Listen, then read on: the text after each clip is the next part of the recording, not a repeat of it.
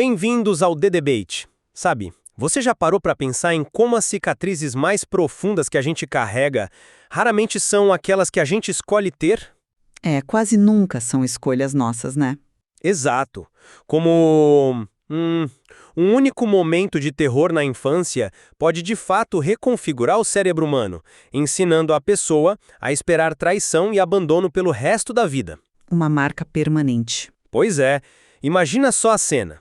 O anoitecer em uma terra estéril e distante. O vento levanta aquela poeira seca, cobrindo as poucas casas de um lugar completamente esquecido pelo mapa.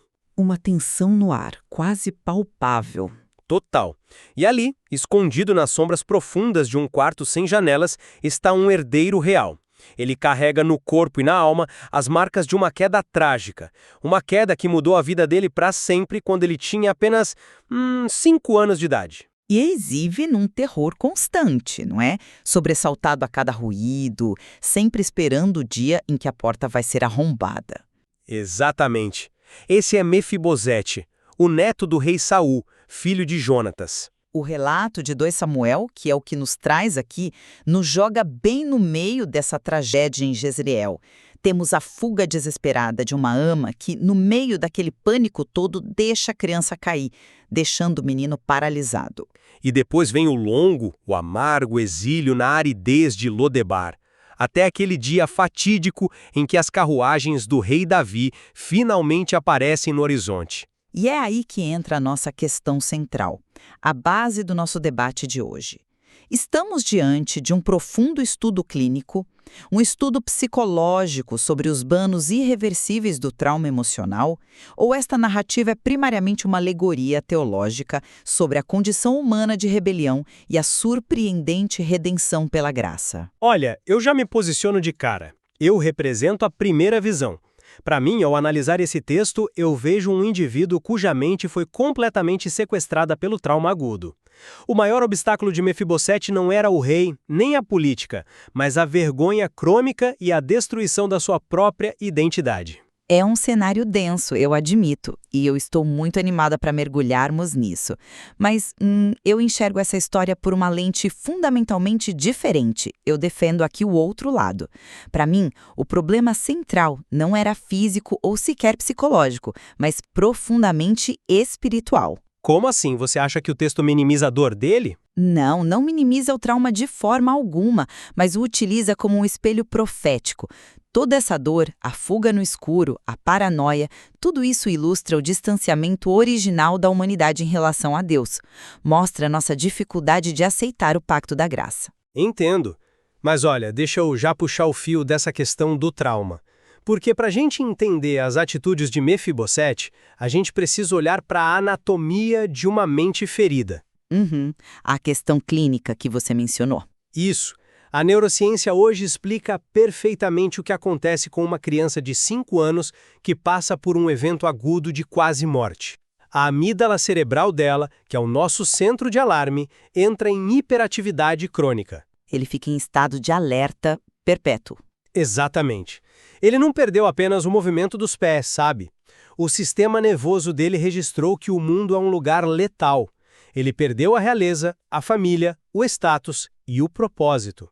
A vida dele foi sequestrada. E junto com isso, a capacidade de confiar. Com certeza. O texto nos dá um sintoma clínico perfeito dessa quebra psicológica quando ele finalmente é levado para a presença de Davi. Ele se joga com o rosto no chão e diz algo como: "Quem é o teu servo para que te preocupes com um cão morto como eu?" Uma frase fortíssima. É brutal. Na cultura do Antigo Oriente Próximo, um cão já era algo muito desprezível. Agora, um cão morto era o ápice da impureza da inutilidade. E veja bem, isso não é só protocolo de reverência a um rei, sabe?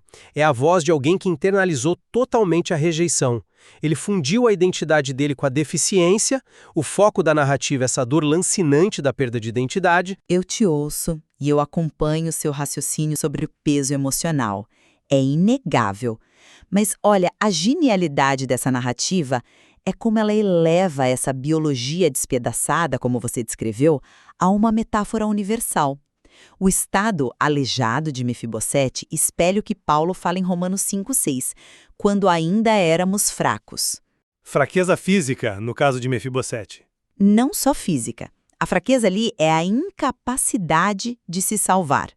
O trauma físico é real, mas ele é reflexo de uma verdade espiritual maior. E, sinceramente, a verdadeira tragédia dessa história toda começou com uma premissa totalmente falsa. Pera, uma premissa falsa. Mas a ameaça era real. A dinastia de Saul tinha acabado de ser massacrada. A ameaça parecia real para eles, mas era baseada na ignorância. A fuga da ama e da família se baseou num medo genérico. Eles presumiram que Davi agiria como qualquer novo monarca oriental, exterminando os herdeiros para proteger o trono. O que era o padrão da época, convenhamos. Era o padrão, mas eles ignoravam o pacto. Eles ignoravam a aliança de Davi com Jonatas. Então, sim, o trauma é horrível, mas a tragédia espiritual é ainda maior. Eles fugiram de um rei que, na verdade, estava no trono para estender lealdade e bondade. Eles fugiram da graça, esperando punição. Isso é fascinante teologicamente, admito. Mas vamos voltar para aquele momento exato da fuga em Jezrael. A ama pega o menino e corre porque o instinto de sobrevivência dela grita mais alto que qualquer pacto ou documento, concorda? O pânico toma conta. Exato. E no meio desse terror, ela tropeça ou deixa o menino cair. E isso, olha, me traz uma reflexão muito pesada. Nós somos frequentemente marcados pelos medos e pelos erros de terceiros. Mefibosete carregou no próprio corpo as consequências da pressa de outra pessoa. É uma carga terrível de se carregar. E aí eu te faço a pergunta que ecoa na psicologia moderna. Como alguém aprende a viver depois de uma queda dessas? O medo pode destruir a identidade de uma pessoa. Nossa! O medo não apenas destrói, ele substitui a identidade. Ele cria uma falsa persona, uma vítima perpétua. Mas olhe para a dimensão disso. Em 2 Samuel 4,4, quando a ama deixa o menino cair, nós temos ali um eco direto de outra queda, a queda original da humanidade. Você vê uma conexão direta com o Gênesis? Totalmente. Mefibosete cai, perde a herança e passa o resto da vida se escondendo do rei. É o roteiro exato do Éden.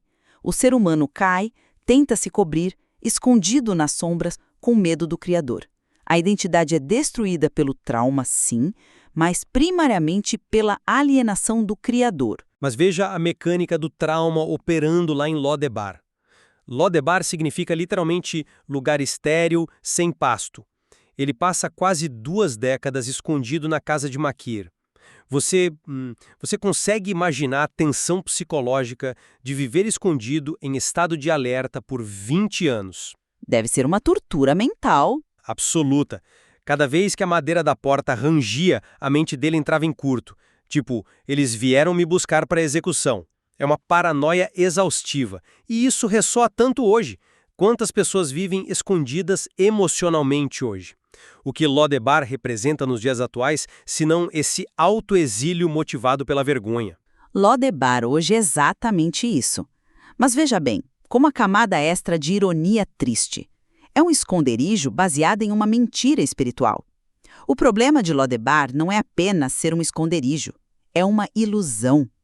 O rei não estava caçando Mefibosete para matá-lo. Mas para a mente do traumatizado, a ilusão é a realidade absoluta. Eu sei, mas o perigo real é a cegueira espiritual. E aí eu te devolvo com uma pergunta profética. Será que muita gente hoje também vive em Lodebar sem perceber? Elas vivem nessa terra árida, ignorando o perdão do rei? Interessante você colocar dessa forma. Tem uma história na Guerra Civil Americana que ilustra isso perfeitamente. Um soldado da União desertou e foi condenado à morte. Mas o caso chegou às mãos de Abraham Lincoln, que assinou um perdão oficial. A carta foi entregue a esse soldado. E o que ele fez com a carta? Ironicamente, ele não encontrou coragem na graça oferecida.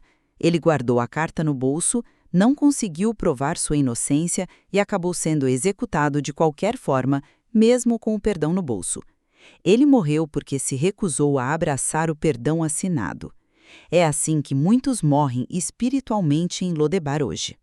Quando as carruagens reais finalmente chegam na poeira de Lodebar e buscam ele, a transição abrupta para o palácio é aterrorizante. Claro, ele esperava a morte. Exato. Para uma mente traumatizada, por que pessoas feridas têm dificuldade de acreditar na graça? Porque a graça parece uma armadilha. A bondade repentina soa sádica. O trauma faz você desconfiar do sorriso, porque geralmente o sorriso vinha antes da pancada, entende? É muito difícil mesmo engolir o peso da graça sobre a lógica humana, mas é aí que a teologia do pacto entra. O pacto de Davi com Jonatas. O rei não foca na queda ou na deficiência. Deus também não exige que a gente se conserte antes de nos chamar. Ele só trouxe o menino. Isso. Tem uma história do psicólogo Paul Faulkner sobre um pai que adotou uma adolescente muito problemática. Ela destruiu a casa, roubou o pai, fugiu. Todo mundo disse para ele desistir dela legalmente. Sabe o que ele respondeu? O quê? Ele disse: "Eu sei o que ela fez, mas eu fiz um pacto com ela. Eu disse que ela era minha filha." Ele manteve o pacto da adoção unilateralmente. Deus fez a mesma coisa com a humanidade. Ele aceita a adoção independentemente do trauma. É muito bonito. Mas, indo para o lado emocional da vergonha, pense na cena da mesa, quando ele entra no palácio. Será que existem pessoas sentadas longe da mesa por vergonha hoje? Porque o convite chega, mas a pessoa olha para as próprias falhas e acha que vai sujar o tapete real? A vergonha é a nossa herança original, né? Tive medo porque estava nu. Mas eu adoro a analogia dos jantares comunitários. Um pastor em Miami contava que nos grandes banquetes da igreja, as pessoas ricas traziam rosbife, purê de batatas, galinha frita. Coisas finas. E quem não tinha nada? Ele mesmo, o pastor que era solteiro na época, só tinha um pote de amendoins para levar. Só amendoim num banquete. Só isso. Mas sabe o que as pessoas faziam? Ninguém falava coma na cozinha. Elas colocavam o pote de amendoins dele no meio daquela mesa farta e diziam: pegue do nosso rosbife, sirva-se do purê. Quando somos convidados à mesa de Deus, nossa melhor oferta, nossa moralidade toda é só um pote de amendoins diante de um banquete divino. A única exigência para a graça é a admissão da fome. O Charles Swindoll, a cena da sala de jantar real. Ah, essa cena é maravilhosa. Como ele descreve mesmo? É arrepiante. Ele diz para a gente imaginar a mesa posta. Davi está na cabeceira. Aí entram os príncipes. Chega Amnon, supercalculista, Tamar, incrivelmente graciosa, Absalão, bonito e atraente, Joabe, o guerreiro implacável, a elite da perfeição. Só gente inteira, sem defeitos aparentes. Exatamente. Mas aí vem um som lá do fundo do corredor. Clac, arrasta, clac, arrasta. O som das muletas. Mefibosete entra suando frio de vergonha. Ele se aproxima, todo desajeitado, e se senta. E nesse momento, a toalha da mesa real cai e cobre os seus pés aleijados. Nossa, fico arrepiada só de pensar. É a diferença brutal entre viver como rejeitado e ser coberto pela honra da mesa. Do tórax para cima, ele não é um aleijado, ele é o filho de Jonatas. O trauma e a vergonha são cobertos. Ele encontrou restauração através do amor incondicional. E teologicamente, essa é a imagem da justificação. A graça cobre a nossa vergonha, os nossos pés aleijados pela queda, sem exigir que sejamos perfeitos primeiro. Todos nós somos convidados a sair do nosso Lodebar espiritual, a deixar de lado as migalhas da nossa autojustificação, o nosso pote de amendoins e sentar à mesa por causa do pacto através de Cristo. Sabe o que me chama a atenção, sintetizando aqui a nossa conversa, é a tensão que permanece entre a ferida terrena e a cura espiritual. Porque a mesa curou a vergonha dele, certo? Sim, mudou o status dele. Mas não fez os pés dele crescerem de novo. Quando o banquete terminava, ele precisava pegar as muletas para ir para o quarto. A limitação física continuou, mas o seu status mudou para filho.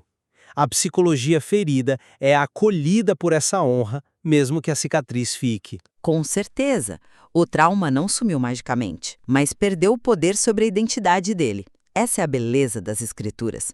Elas contêm camadas inesgotáveis de mistério e graça. Perfeito! Olha, nós claramente não precisamos declarar um vencedor hoje. A beleza está justamente em explorar essas múltiplas facetas. Concordo plenamente. Há muito mais para se explorar nesse texto. Então, nós deixamos você que nos acompanhou hoje com essa imagem poderosa na mente, com uma sensação profunda sobre a sua própria humanidade. A pergunta silenciosa que fica é: onde fica o seu próprio Lodebar? E o que impede você de sentar à mesa hoje? Muito forte. É isso. Até a próxima no D-Debate.